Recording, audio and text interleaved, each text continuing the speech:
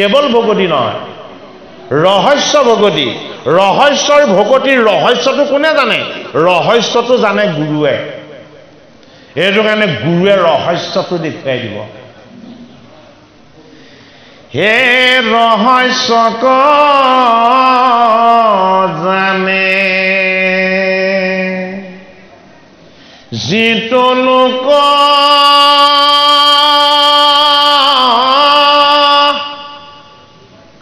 সতত কীৰ্তন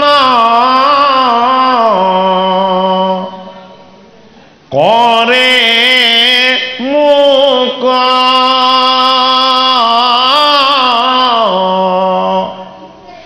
অধৰিদ্ৰী হব কৰি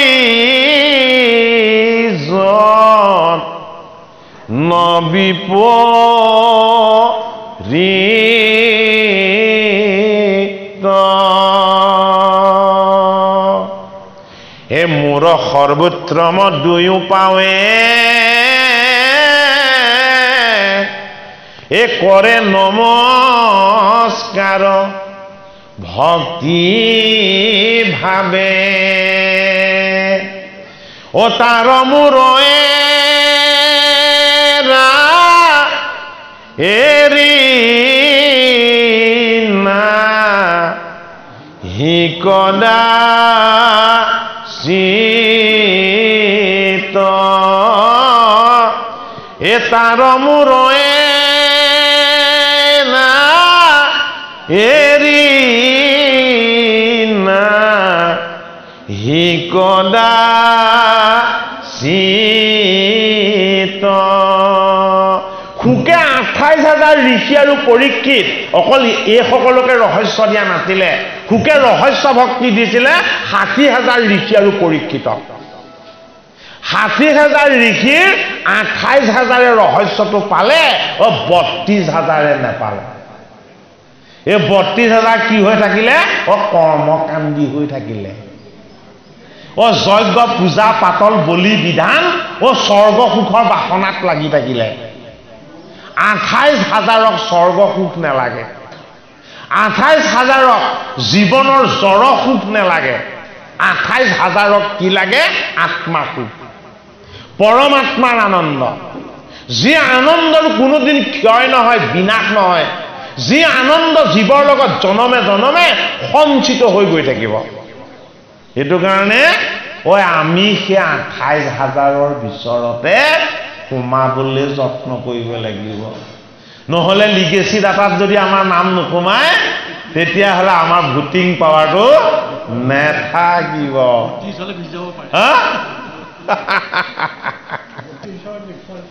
এইটো কাৰণে এইটো যুগতো যদি পূজা পাতল যজ্ঞ বলি বিধান এয়া যদি কৰিছে তেতিয়াহ'লে সেইজন কিমান অজ্ঞানী হৈ আছে ভাবি চাওক। অজ্ঞানী কৰ্মৰ কাৰণে বলি বিধান পূজা পাতল এইবিলাক প্ৰৱৰ্তন কৰিলে বোলে অজ্ঞানীসকলৰ কাৰণে। যিসকল মন্দমতি, এই ঋষিসকলৰ মাজতে 32,000 অজ্ঞানী ওলাই পৰিলে। 28,000 কি? 28,000 দিব্য জ্ঞানী। কি কৰিলে? সুতক ক'লে যে আমি আপোনাৰ মুখপদ্মে ভাগৱত শ্ৰৱণ কৰিম। এতিয়া সুতক মাতি আনি ভাগৱত কথা শ্ৰৱণ কৰিবলৈ লোৱাৰ আগত ভাগৱত কেনেকে শ্ৰৱণ কৰিব লাগে প্ৰথম স্কন্ধত শিকাই লৈছে। বোলে কি? আমাক প্ৰথমতে কৃষ্ণ কথা ক'ব নালাগে। ঋষিসকলে প্ৰথম কৃষ্ণ কথা নাই সোধা। ঋষিসকলে প্ৰথম কাৰ কথা সুধিলে? বৈষ্ণৱৰ কথা সুধিলে। বৈষ্ণৱ কোন? বৈষ্ণৱ পৰীক্ষিত। যে যিজনে ভগৱন্ত বিষ্ণুৰ পৰম কৃপা পালে, শুকমুনিৰ দৰে গুৰুৰ চৰণ পালে, বৈকুণ্ঠৰ কল্পটোৰ ভাগৱত শাস্ত্ৰ শ্ৰৱণ কীৰ্তনৰ আনন্দ পালে, ঈশ্বৰ কৃষ্ণত যিজন এক হৈ যাব পাৰিলে, সেই পৰম বৈষ্ণৱজনৰ জন্মৰ কথা আমাক এতিয়া কওক। গতিকে ভকতৰ বৈষ্ণৱৰ কথা যদি নাজানো বুজিবলৈ শিকিবলৈ যত্ন নকৰো ডাইৰেক্ট আমি MA পাছ হৈ যাব নোৱাৰিম যদি অৱা ক খ গিটা ABCD গিটা চিনাকি হৈ লোৱা নাযায় ভগৱন্তক জনাৰ আগত জানিব লাগিব ছজন ভকতক ভগৱন্ত কৃষ্ণক জনাৰ আগত আমি জানিব লাগিব কাক 12 জন বৈষ্ণৱক এই ছজন ভকত আৰু 12 জন বৈষ্ণৱ মুঠ পৰিমাণ 18 ব্যাসে প্ৰণয়ন কৰা পুৰাণ 18খন ব্যাসে প্ৰণয়ন কৰা মহাভাৰতৰ পৰ্ব 18টা ব্যাসদেৱে প্ৰণয়ন কৰা গীতাৰ যোগ 18টা কুৰুক্ষেত্ৰৰ সেনাৰ পৰিমাণ 18 ঐক্যহীনী যুদ্ধ হৈছিল 18 দিন হয়নে এই 18টা তত্ত্বত ঈশ্বৰ কৃষ্ণই কৌতুক কৰিছে নৃত্য কৰিছে আনন্দ কৰিছে এইটো কাৰণে জগতৰ হৰিয়ে ওই এটা দৃষ্টিত কোটি কোটি ব্ৰহ্মাণ্ড নিৰ্মাণ কৰিব পাৰে সেইজন জগতৰ হৰিয়ে কেৱল 6 জন ভকত ৰচনা কৰিছে কেৱল 12 জন বৈষ্ণৱ ৰচনা কৰিছে কিয় ওই এই 6 জন আৰু এই 12 জনৰ বিষয়ে যদি জানিব পাৰা তেতিয়া হলে মুখ জানিবলৈ বাকি নাথাকিব এইটো কাৰণে 6 জন ভকতৰ বিষয়ে অকমান ক'ব লাগিব নহয় নহয় তাৰ পাছত 12 জন বৈষ্ণৱৰ বিষয়ে ক'ব লাগিব মানে তাৰ পাছত ভাগৱতৰ ভগৱন্ত কৃষ্ণ লীলাৰ মহিমাৰ বিষয়ে আমি ভাগৱতত পাম 6 জন ভকত সত্য যুগত সকলো ভকত আছিল গতিকে আমাৰ সত্য যুগটো কি আমাৰ সত্য যুগটো হ'ল 55 বছৰ বয়সলৈকে শিশু কালটো এইটো আমাৰ সত্য যুগ যদি বাস্তৱ দৃষ্টিৰে চাওঁ 55 বছৰলৈকে শিশুৰ বুধ ক্ষমতাটো নাথাকে বুজাৰ ক্ষমতাটো নাথাকে কোনটো ভাল কোনটো বেয়া উচিত অনুচিত এটো নেজানে সেইটো আমাৰ কাৰণে সত্যকাল আমি সকলো সেইটো যুগত ভকত আছিলো হয়নে সেইটো কাৰণে সত্য যুগত সকলো ভকত এই সত্য যুগৰ পাছত তেতা যুগ তেতা যুগত 3 জন ভকত এজন বান্দৰ এজন ভালুক আৰু এজন ৰাক্ষস আমাৰ তেতা যুগটো কেতিয়া চলে আমাৰ তেতা যুগটো চলে 55 বছৰৰ পাছৰ পৰা একেবাৰে 60-70 বছৰ বয়সলৈকে এইটো আমাৰ তেতা যুগ দাপৰ কেতিয়া আৰম্ভ হয় আমাৰ দাপৰ আৰম্ভ হয় মৃত্যুৰ দুৱাৰ দলিলে যোৱাৰ আগে আগে হয়নে যিদিনাখনে আমাৰ মৃত্যু সেইটো আমাৰ কলি যুগ কলকি আৰু কলি এই কলি যুগত আমাৰ মৃত্যু হয় বাস্তৱ দৃষ্টিৰে যদি যুগ ধৰ্মটো আমাৰ দেহ তত্ত্বত চাব বিচাৰো কিয়নো আমি 55 বছৰৰ পাছৰ পৰা 60-70 লৈকে আমি 3 জন ভকতৰ তত্ত্বটো জানিব লাগিব যৌৱন আৰম্ভ হয় জীৱনৰ সোণালী সপোন আৰম্ভ হয় তেতিয়া আমাৰ জীৱনৰ শৃংখলাবিলাক নাথাকে আমি বিশৃংখল হওঁ বিশৃংখল জীৱক বান্দৰ বুলি কোৱা হয় তাৰ পাছত আমি যেতিয়া গৃহ সংসাৰ কৰিম আমি তেতিয়া গাতত সোমাই যাওঁ কিহৰ গাতত পুত্ৰ কন্যা ভাৰ্যা এইবিলাকৰ গাতত সোমাই যাওঁ গাতত যি থাকে সেয়া ভালু হয়নে বাৰু এই পুত্ৰ কন্যা ভাৰ্যাৰ বাহিৰে সংসাৰত জগতত আমি কাকো চিনি নোপোৱা হওঁ আমাৰ লোভটো বেছি হয় মোহটো বেছি হয় ক্ৰোধটো বেছি হয় ৰাগ দেশ বেছি হয় এইটো ৰাক্ষসৰ গুণ ৰাক্ষস কোন ৰাক্ষস বিভীষণ হয়নে বাৰু এই 3টা যুগ চলাৰ পাছত ভগৱন্ত ৰামে ক'ব বোলে কি মই এই সত্য মই এই সনাতন মই এই দশাননক বধ কৰিব পাৰো এই বান্দৰ ভালুকক মই ভকত বনাব পাৰো সেইটো কাৰণে কি ভালুক বানৰ এই ৰাক্ষস তৰিল এই ৰামক কৰি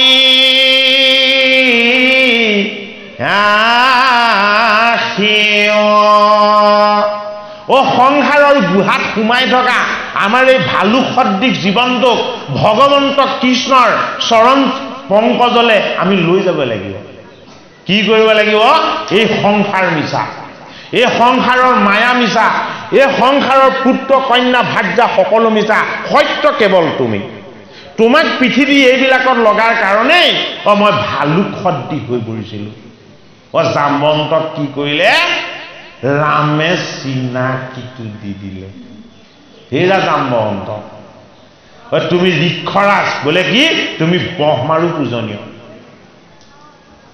তুমি যে এই ভালুক সদৃশ এটা জীৱন পাইছিলা কিয় পাইছিলা জানা মোৰ চৰণ দৰ্শন কৰিবৰ কাৰণে পাইছিলা জাম্বন্তই কি কৰিলে ৰামৰ চৰণত শৰণ ল'লে ৰামৰ চৰণত শৰণ লৈ ৰামক বাক্য দি দিলে যেতিয়ালৈকে জীৱন থাকিব তেতিয়ালৈকে মোৰ স্মৃতিত কেৱল তোমাৰ নাম থাকিব মোৰ কণ্ঠত কেৱল তোমাৰ নাম থাকিব আৰু হৃদয়ত কেৱল তোমাৰ নাম থাকিব তাৰ বাহিৰে মই মোৰ লগত একো বস্তু নাৰাখো এজন ব্যক্তি বা এটা ভালুক ত্ৰেতা যুগৰ পৰা দাপৰ যুগলৈকে যি থাকে জানো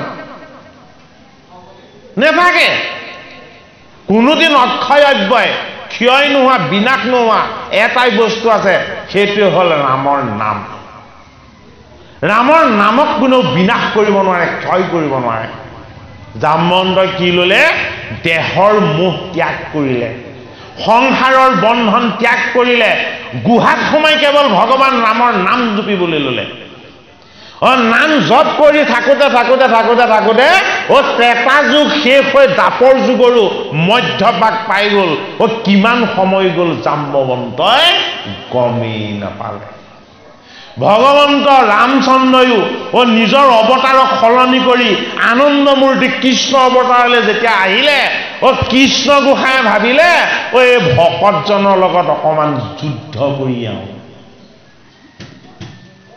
জগতৰ হৰিয়ে যুঁজিবলৈ তেওঁৰ শক্তি সামৰ্থ্যৰ সৈতে এজন সমান যোদ্ধা লাগিব জৰাসন্ধ 17 বাৰ আক্ৰমণ কৰিছে কাৰ কৃষ্ণৰ দ্বাৰকা ৰাজ্য এবাৰো বধ কৰা নাই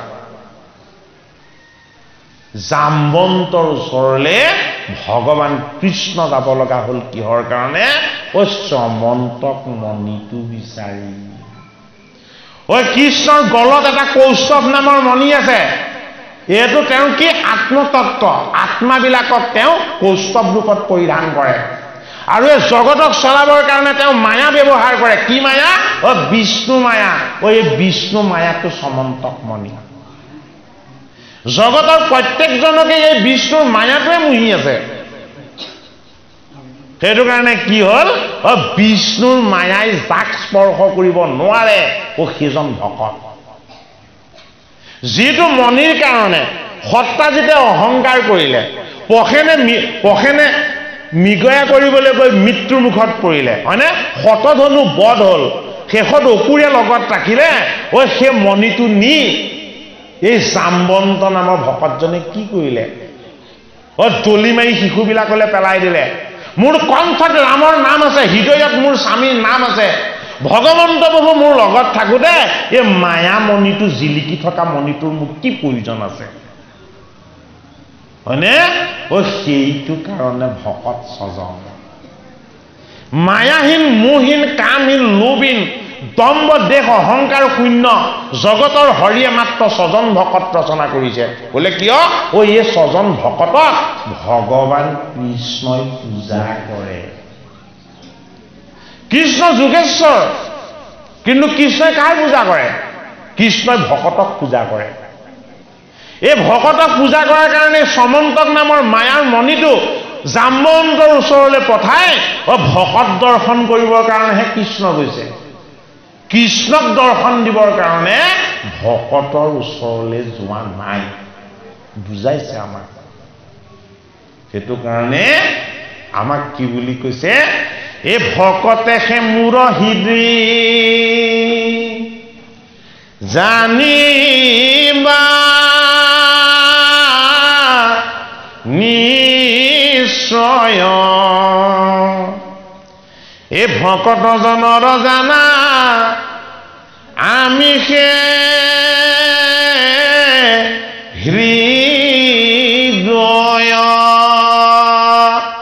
ভগৱানৰ ৰাৱণৰ হৃদয়খন ফালি দেখুৱাই দিলত কাক দেখিলে ৰামে বুকু ফালি দেখুৱাই দিলত কাক দেখিলে হনুমানক দেখিলে আৰু হনুমানে যেতিয়া বুকু ফালি দিলে তেতিয়া কাক দেখিলে তেতিয়া ৰাম সীতা আৰু লক্ষ্মণক দেখিলে গতিকে ভকত আৰু ভগৱান অভিন্ন এই অভিন্ন অনুভৱটো ঋষি নাছিলে এইটো কাৰণে 28,000 ঋষিয়ে অনুভৱ কৰিবলৈ অনুশীলন কৰিলে 32,000 সেই তত্ত্বটোক মানি নললে সেইটো কাৰণে কৰ্মকাণ্ডৰ অজ্ঞান কাণ্ডত তেওঁলোক বন্দী হৈ থাকি গ'ল বোলে কিয় জগতখন চলিবলৈ হ'লে তেওঁলোকক তেনেকৈ ৰাখিব লাগিব এই জগতখনক চলাবৰ কাৰণে হৰিয়ে সেই পদ্ধতিটো অৱলম্বন কৰিলে এতিয়া এই জাম্বন্ত নামৰ ভকতজনে 28 দিন যুদ্ধ কৰিছে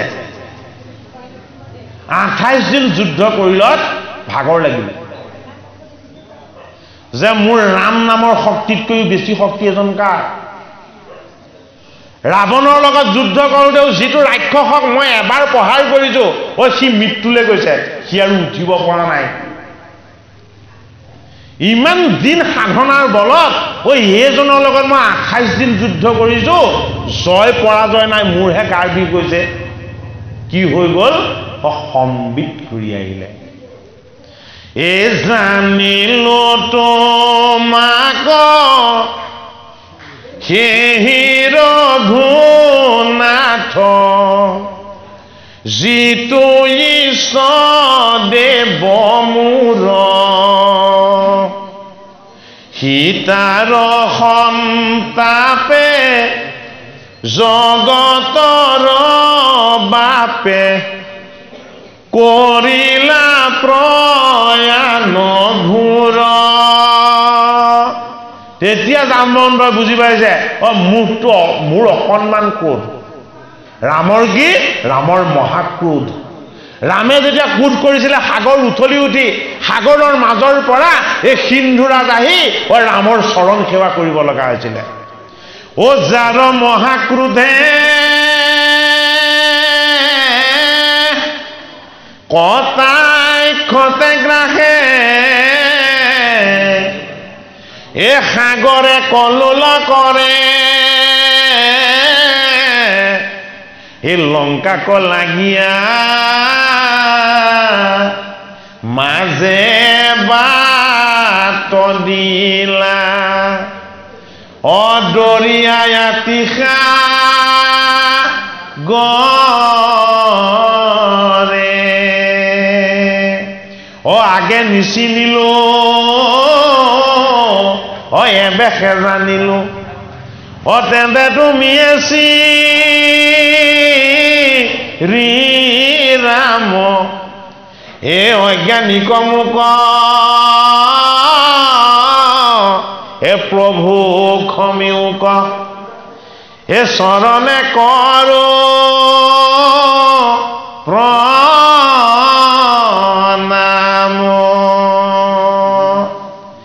ভগৱানে ভকতৰ পৰা স্তুতি বিচাৰে সেইটো কাৰণে কি হ'ল এই ভকত জাম্বৱন্তই কৃষ্ণ বুলি উপাসনা কৰা নাই শ্ৰীৰাম বুলি উপাসনা কৰিলে আৰু কি হ'ল ভগৱন্ত কৃষ্ণ আকৌ ৰাম ৰূপলৈ যাব লগা হ'ল মই তোমাৰ কৃষ্ণ ৰূপ দেখাই নাই মোৰ স্বামী ৰাম ৰূপত দেখা পাইছিলো আৰু তুমিয়ে জগতৰ স্বামী এইবাৰ তুমি মোক আকৌ ৰাম ৰূপত দেখা দিব লাগিব তেতিয়া কি কৰিলে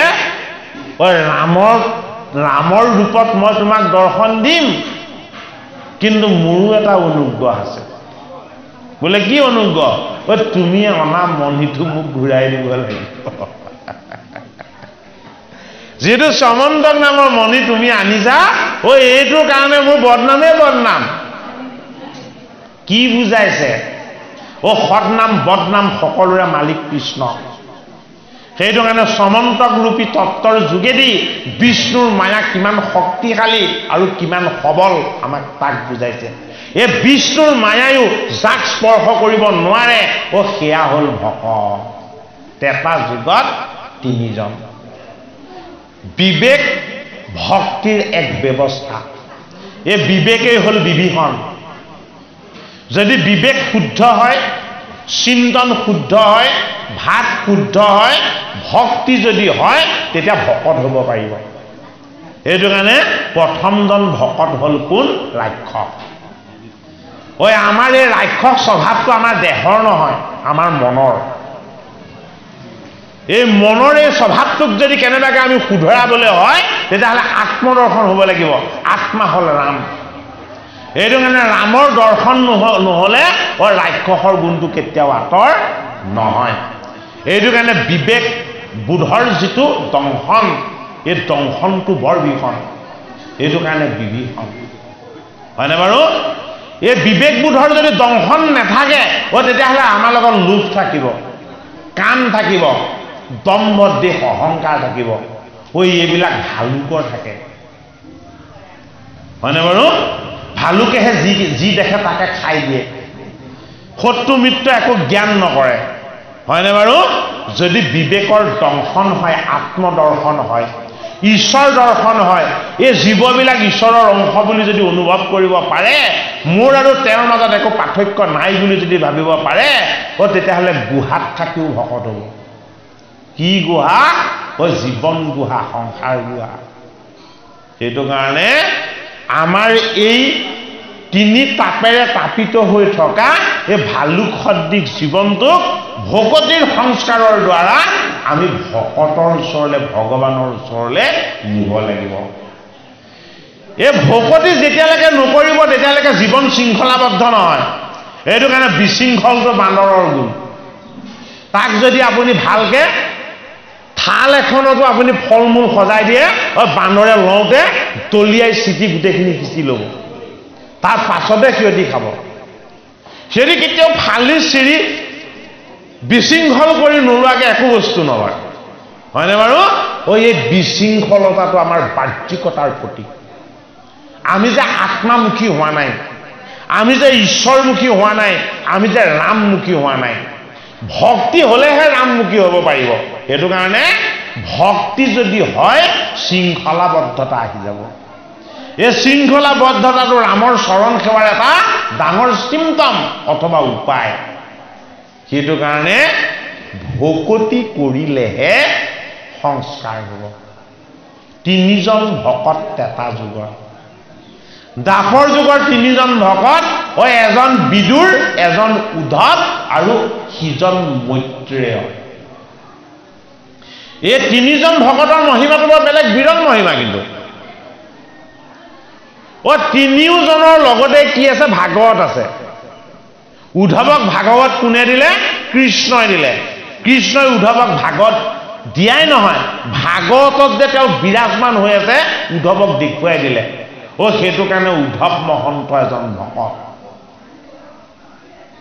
এই বিদুৰে গোটেই জীৱনটো কেৱল ধৃতৰাষ্ট্ৰ আৰু গান্ধাৰীক বুজাই থাকিলে যে হে ৰজা, এই পুত্ৰকেইটাক তুমি ভাল কৰা, নহ'লে এইকেইটাৰ পৰা তোমাৰ এই গোটেই ৰাজ্যই নষ্ট হ'ব। ধৃতৰাষ্ট্ৰ আৰু গান্ধাৰীয়ে এদিনো নুবুজিলে, বুজিবলৈ যত্নও নকৰিলে। শেষত বিদুৰক দেশান্তৰ কৰি দিয়া হ'ল, বনবাসী কৰি দিয়া হ'ল। বিদুৰে কি কৰিলে? বিদুৰে 11খন তীৰ্থ ভ্ৰমণ কৰিলে। 11খন তীৰ্থ ভ্ৰমণ কৰাৰ পাছত এই গংগাৰ পাৰত উদ্ধৱ মহন্তক লগ পালে। উদ্ধৱ মহন্তক লগ পালত কি কৰিলে? বিদুৰে কান্দিছে কি বুলি? যে মই মৃতপ্ৰায় হৈ আছিলো। বোলে কিয়? গোটেই জীৱনটো ধৃতৰাষ্ট্ৰ আৰু গান্ধাৰীক বুজালো, এটা বাক্যও নুশুনিলে।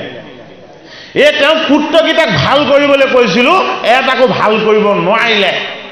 গোটেই ৰাজ্যখনেই চাৰখাৰ হ'ব।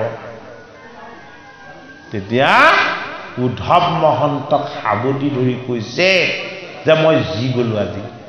বোলে কি? মই ইমান দিনে দুৰ্যোধন, দুঃশাসন, গান্ধাৰী আৰু ধৃতৰাষ্ট্ৰৰ লগত আছিলো। তাৰ পাছত মই 11খন তীৰ্থ কৰিলো। 11খন তীৰ্থ কৰাৰ পাছত মই কৃষ্ণৰ প্ৰাণৰ বান্ধৱ উদ্ধৱক পাই গলো। মই আজি জি গলো। কাক পাব লাগিব? ভকতক পাব লাগিব। ভগৱানক প্ৰত্যক্ষভাৱে কোনেও কেতিয়াও লগ নাপায়, প্ৰথম ভকতৰ সং ল'ব লাগিব। এই বিদুৰে কি কৰিলে? উদ্ধৱক সাৱটি ধৰি কান্দি কান্দি কৈ দিলে যে মই জি গলো, মই জি গলো, মই জি গলো। এতিয়া উদ্ধৱ মহন্তই কৈছে ঐ তুমি জীয়াৰ ৰাস্তাটোহে পাইছা, এতিয়াও তুমি যোৱা নাই জীৱলৈ। বোলে তুমি জীৱলৈ হলে কলৈ যাব লাগিব? তুমি মৈত্ৰেয় ঋষিৰ আশ্ৰমলৈ যাব লাগিব। বিদুৰক কলৈ পঠিয়ালে? মৈত্ৰেয় ঋষিৰ আশ্ৰমলৈ পঠালে। ভাগৱতৰ ৩য় স্কন্ধ, অনাদি পাতন সৃষ্টি ৰহস্য, কপিল দেৱাহুতিৰ আখ্যান, তামকীৰ গতি, নৱবৰিষৰ বৰ্ণনা, হয়নে? সপ্ত পাতাল, সপ্ত স্বৰ্গ, সপ্ত বৈকুণ্ঠ, এই সমস্ত সৃষ্টিৰ ৰহস্য তত্ত্বৰ কথা ৩য় স্কন্ধত আছে। কোনে কৈছে? মৈত্ৰেয় ঋষিয়ে কৈ আছে। কাক কৈছে? মৈত্ৰেয়ৰ আশ্ৰমত বিদুৰক কৈছে। ঐ এজনে কলে, সিজনে শুনিলে, ঈশ্বৰৰ তত্ত্ব বুজিলে। এই শুনা জনো ভকত হল, কোৱা জনো ভকত। গতিকে ঐ আমাৰ লগত থকা জীৱটো বিদুৰ খুৰা। এই জীৱৰূপী বিদুৰ খুৰাই ঐ এই দেহ তীৰ্থত এবাৰ তীৰ্থ কৰিবলৈ আহিছে। ঐ আগৰ জন্মত ই যম ৰজা আছিলে। যম মানে কি? যম মানে ধৰ্ম। আমি প্ৰত্যেকেই ধৰ্মৰ অংশ। আমি আত্মা, পৰমাত্মাৰ অংশ, আমি জীৱ। এই তত্ত্বটোক আমি অনুভৱ কৰিব লাগিব। এই দেহ তত্ত্বলৈ আহিছো কি হৈ? ধৰ্মৰ তত্ত্বৰ পৰা আমি বিচ্ছুৰিত হৈ, বিচ্ছিন্ন হৈ এই দেহ তত্ত্বলৈ আহিছো। ক'ত? হস্তিনাপুৰলৈ। এই হস্তিৰূপী কাইটো হস্তিনাপুৰ। এই হস্তিনাপুৰ ৰূপী কায়ত মায়া মোহ আৰু অজ্ঞান থাকে। সেইটো কাৰণে আমি চকুত পতি বান্ধি আছো। বোলে কি? নিজৰ দুখ নেদেখো, পুত্ৰ পৰিবাৰ এইবিলাকৰ কোনো দুখ নেদেখো। আমাৰ বৃত্তিটো গান্ধাৰী। এই ধৃতৰাষ্ট্ৰৰূপী অন্ধতা, গান্ধাৰী ৰূপী বন্ধন, এইবিলাকক আমাক ধাৰণ কৰি থকা জীৱটোৱে সদায় বুজাব বিচাৰে। এই বেয়াবিলাক ত্যাগ কৰা, বেয়াবিলাক ত্যাগ কৰা, ভগৱন্তৰ ভকতিৰ অমৃতময় পথটোৰ সন্ধান কৰা। কিন্তু আমাৰ লগত থকা বিদুৰ নামৰ জীৱই মৈত্ৰেয়ৰ চৰণ পোৱা নাই। যেতিয়ালৈকে এই জীৱই মৈত্ৰেয়ৰ চৰণ নেপাব তেতিয়ালৈকে ই ভাগৱত শুনিব নোৱাৰিব। সেইটো কাৰণে আপোনালোকে গুৰুৰ কৃপা পাইছে, ভগৱন্তৰ আশীৰ্বাদ পাইছে। এই বৈকুণ্ঠৰ কল্পতৰু ভাগৱত কথা শ্ৰৱণ কৰাৰ যিটো সুযোগ আৰু সুবিধা, যিজনৰ লগত অসংখ্য জন্মৰ সঞ্চিত পুণ্য আছে তেওঁহে এই ভাগৱত অমৃত পান কৰিব পাৰে। গতিকে ভাগৱতত থকা ভগৱানজনৰ এই কৃষ্ণ গোসাঁই, কৃষ্ণৰ কথা আমি প্ৰথম শুনাৰ আগত কাৰ কথা শুনিব লাগিব? ভকতৰ কথা শুনিব লাগিব, বৈষ্ণৱৰ কথা শুনিব লাগিব। বিষ্ণু বৈষ্ণৱত নাহি কিছু বেদ, আমাক এতিয়া পদে কব। এইটো কাৰণে 28 সহস্ৰ ঋষিয়ে সহস্ৰ বছৰ যজ্ঞ কৰিলে, যজ্ঞ মিছা, ই বন্ধনত পেলাই, ই আমাক স্বৰ্গখন দেখুৱালে, বৈকুণ্ঠ ধামৰ তত্ত্বক আমাক স্পৰ্শ দিব নোৱাৰিলে। সেইটো কাৰণে আমিও স্বৰ্গমুখী যাত্ৰা যাতে আৰম্ভ নকৰো, বৈকুণ্ঠমুখী এই বৈকুণ্ঠৰ শাস্ত্ৰ ভাগৱতৰ কথা আমি যাতে শ্ৰৱণ কীৰ্তনৰ যি আনন্দ, এই আনন্দৰ ভাগ যাতে ল'বলৈ যত্নপৰ হওঁ। হে ৰাম, এ ভিত্ত দেন খাতে পৃথি বীৰ ৰাজা যত, এ কৃষ্ণত ভকত তেন্তে এ মহাভাগৱত, এ হৰিস্মৰি যিমতে কৰিলা তনু ত্যাগ, এ কহিও তাহান জন্ম এ সুত মহাভাগ। হে মহান গুৰুজন, কোন পুত আপুনি আমাক 7 দিনতেই কৃষ্ণৰ লগত এক হৈ যাব পৰা এই পৰম বৈষ্ণৱ পৰীক্ষিতৰ জন্ম বিষয়ক কথাখিনি আপুনি আমাক এতিয়া জনাওক। কাৰ কথা শুনিবলৈ আগ্ৰহ কৰিলে? প্ৰথম বৈষ্ণৱৰ কথা জানিবলৈ আগ্ৰহ কৰিছে। বৈষ্ণৱৰ কথা নজনালৈকে বিষ্ণুৰ কথা আমি হৃদয়ঙ্গম কৰিব নোৱাৰিম। এই বিষ্ণু বৈষ্ণৱৰ কিঞ্চি তেকো নাহি ভেদ, এ দুইৰো কথা কৰে পাত কৰ কন্ধছে। তাৰ ঋষিসকলে বুজি পালে বোলে কি অকল বিষ্ণুৰ কথাই পাঠ্য কৰে এইটো নহয় বিষ্ণু বৈষ্ণৱৰ কিঞ্চিত একো নাহি ভেদ ভগৱান বিষ্ণুৰ একান্ত সেৱকেই হ'ল বৈষ্ণৱ গতিকে বিষ্ণু আৰু বৈষ্ণৱৰ মাজত এতিয়া আমাৰ ভেদ দৃষ্টি নাই কোনে কৈছে ঋষি সমাজে কৈছে গতিকে এই বৈষ্ণৱজনৰ চৰিত্ৰ আমি শ্ৰৱণ কৰিলে কৃষ্ণৰ চৰিত্ৰৰ যি অমৃত এই অমৃত আমাৰ পান হ'ব গতিকে হে আমাৰ গুৰু ভগৱান কোত আমাক এতিয়া বৈষ্ণৱ পৰীক্ষিতৰ জন্ম বিষয়ে কোৱা হে এতেকে শুনিমু আমি ভকত চৰিত্ৰ ও এহি খেতাৰিবে এবে দুৰ্ঘুৰ কলিত এ দেৱৰ দুৰ্লভ শুক মুনি মহাভাগ এ কিমতে পালন্ত পৰি খিতে তাংকলা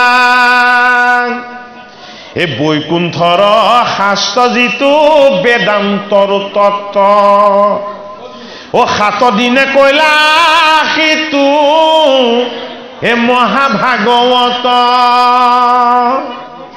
ও কিহেতু ৰাজা কয় আহি খাইলে কতক্ষকে এ পাইলে গতি ভাগৱত শ্ৰৱণ মাত্ৰকে বৈষ্ণৱৰ বৃত্তান্ত শুনিবে ইচ্ছাই আছে এ কহিও কহুতয়ান এ কথা শুনো পাছে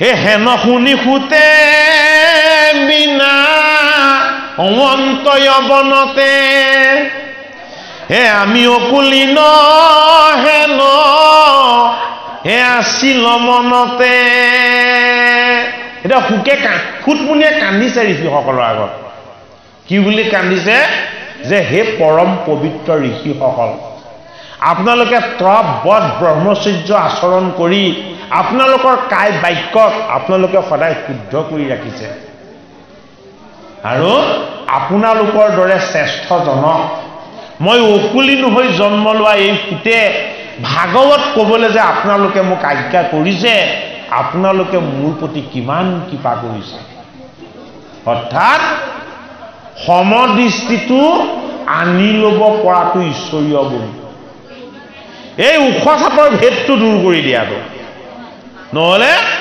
সেই যুগত বেদ অকল ব্ৰাহ্মণেহে পঢ়িব পাৰে ব্ৰাহ্মণ নহ'লে বেদ অধ্যয়ন কৰিব নোৱাৰে বেদৰ সাৰ অন্তিম ভাগ বেদৰো ৰহস্য কি এই ভাগৱত ভাগৱত শ্ৰৱণ কীৰ্তন কৰিবৰ কাৰণে কোনো জাতি কুল ইয়াৰ কোনো ব্যৱস্থা নালাগে হৰি নাম কীৰ্তন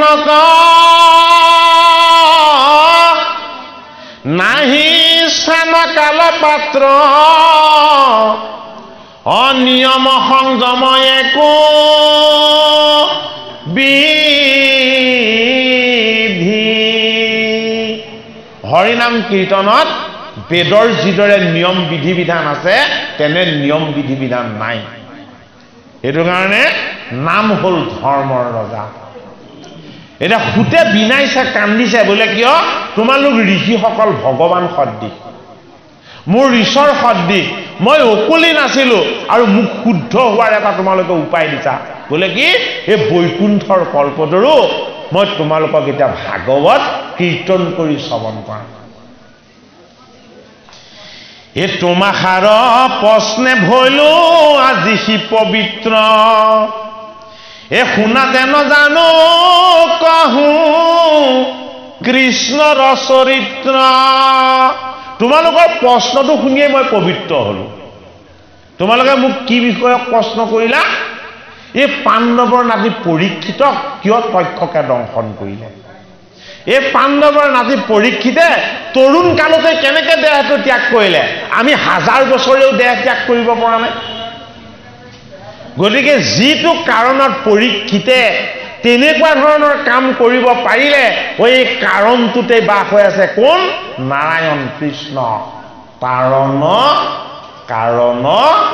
নাৰায়ণ ইয়াৰ পৰা এতিয়া আৰম্ভ হ'ব কি কৃষ্ণৰ চৰিত্ৰ এহে যেন পক্ষী হয় আৱশেষে কথা কোনে কহিবে স্বৰূপে এ যেন পক্ষী উৰাই খাৰৈ অনুৰূপে অশেহিমতে যত মানে লৱৈ মূৰমতি এ বৰ্ণাইবু কৃষ্ণৰ লীলা তোমাত সম্প্ৰতি এ গ্ৰাম্য কথা কথনে মলিন হৈ বাণী ও তাক শুদ্ৰ কৰো কৃষ্ণ এ কথা কব খানি ও কৃষ্ণ চৰিত্ৰত মোৰ মহালাভ আছে ও কৃষ্ণৰ কীৰ্তনে জাতি অজাতি নবাছে এ বৈকুণ্ঠৰ শাস্ত্ৰ ইটো মহাভাগৱত ও যেন মতে পৃথিৱীত ভৈলৈ উপগত এ যিমতে কৰিলা শাস্ত্ৰ ব্যাস সৰ্বজানে এ প্ৰথমে হৰিক স্মৰি এ শুনা সাৱধানে এতিয়া ভাগৱত শ্ৰৱণ কীৰ্তন কৰিবলৈ প্ৰথম কাক স্মৰণ কৰি ল'ব লগা হয় গুৰুক স্মৰণ কৰি ল'ব লগা হয় গুৰুক স্মৰণ নকৰাকে ভাগৱত আৰম্ভ নহয় ঋষি সমাজে প্ৰশ্ন কৰিলে যে পৰীক্ষিতৰ জন্ম বিষয়ে আমাক এতিয়া কোৱা বোলে কিয় বৈষ্ণৱৰ কথা শ্ৰৱণ কৰিলেও বিষ্ণুৰ কথাৰ পুণ্যৰ ভাগ লাভ কৰিব পৰা যাব এতিয়া খুটমুনিয়ে আৰম্ভ কৰিছে কি কথা যে মই তোমালোকক এতিয়া যিখিনি কথা কম সেইখিনি আনন্দময় কৃষ্ণ কথা মই তোমালোকক এতিয়া কি কথা কম এই তোমালোকে যে ভাগৱত শ্ৰৱণ কৰিবলৈ যে আহিলা এই ভাগৱত শাস্ত্ৰ বৈকুণ্ঠত আছিলে এই বৈকুণ্ঠ ধামৰ পৰা কেনেদৰে মৰ্ত্যলৈ নামিলে মৰ্ত্যত কেনেদৰে ভাগৱত প্ৰাপ্ত হ'ল আৰু শুকমুনিয়ে এই ভাগৱত কেনেদৰে তেওঁ পিতৃগুৰুৰ পৰা লাভ কৰিলে আৰু পৰীক্ষিতে কেনেদৰে এই ভাগৱতৰ ভাগ পালে মই এতিয়া তোমালোকক সেই কথাখিনি জনাই লওঁ এতিয়া ভাগৱত বৈকুণ্ঠৰ পৰা নামি অহাৰ যি দিব্য তত্ত্ব এই তত্ত্ব কথা আমাক ভাগৱত শাস্ত্ৰৰ প্ৰথম স্কন্ধত জনাব এই দিনেক পূৰ্বত পৰা সৰসূত ঋষি এই বদৰিকাশ্ৰম তয়া সন্ত ব্যাস বসী হে উগুল থুগুল মনে নাহি সুখ শান্তি হে নপান্ত উপায় একো হে মনে গুণী গান্ধী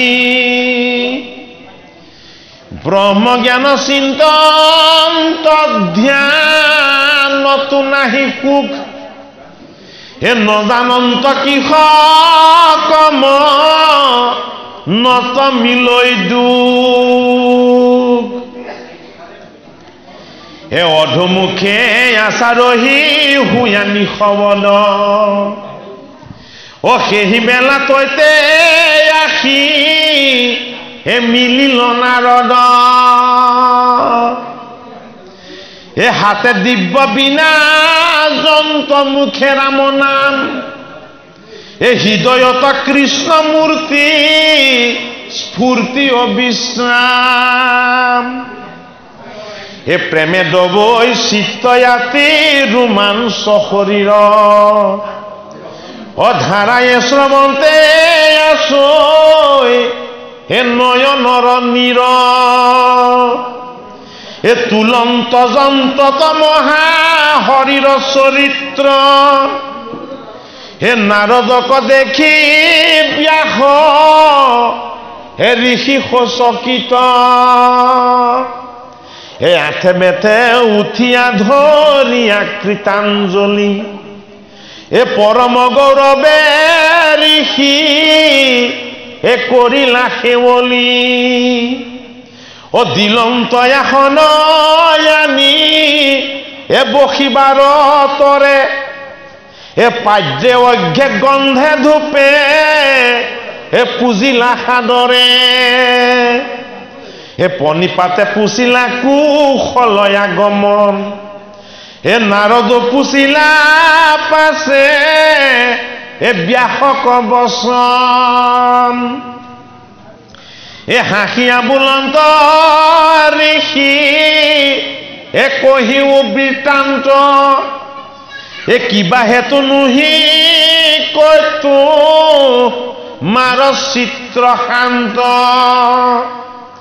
এ মহা উচ্চ পিছকীয় থিৰ নুহি চিত্ৰ এ মহন্তৰ মোহিতো এ কিনো বিপৰীত ও চাৰিও বেদক কৰি লাহা শাখা ভেদ ও যাৰ যেন জাতি ধৰ্ম এ দিলা পৰিচ্ছেদ এ কৰিলা ভাৰত পুৰাণ অষ্টাদশ ও জগততে ব্যাপিলতো মাৰ ইটো যশ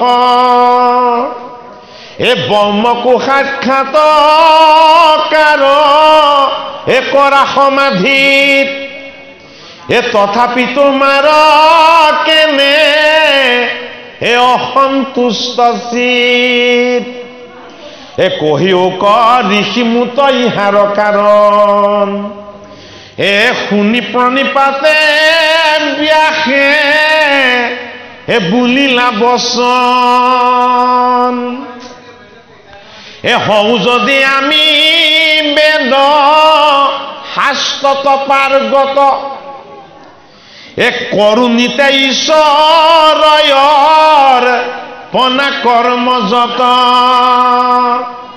এ মহাজ্ঞান পূৰ্ণ আমি জগত পৰীক্ষাত এ সুন্ত সমাধিত ব্ৰহ্ম আপুনি সাক্ষাৎ এ তথাপি নুগুচৈ মোৰ এ মনে অসন্তোষ এ নপাওঁ বিমৰিষ কিবা এ কৰি আছো দুখ আপুনিও গাধ বুধ অংশয় অৱতাৰ এ পুছুহো তোমাত কৈও এ কাৰণ ইহাৰ এ নাৰদ বদতি মহা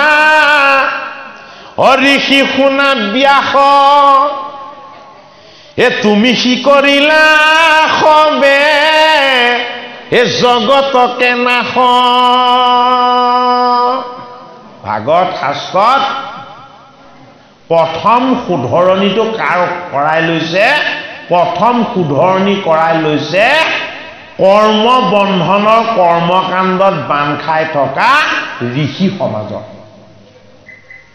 ঋষি সমাজৰ কেনেকে শুধৰণি হ'ল অকুলিন সুতৰ মুখ পদ্মে ভাগৱত শ্ৰৱণ কৰিম বুলি তেওঁলোকে যেতিয়া সিদ্ধান্ত লৈ ল'লে তেওঁলোকৰ শুধৰণি হৈ গ'ল ভাগৱতৰ প্ৰথম স্কন্ধত দ্বিতীয়টো শুধৰণি কৰাইছে কাৰ পনেতা পৰমেশ্বৰ বেদব্যাসৰ বেদব্যাস কি আছিলে পৰম পবিত্ৰ পৰাশৰ পৰাশৰ কাৰ পুত্ৰ পৰাশৰ ব্ৰহ্মাৰ পুত্ৰ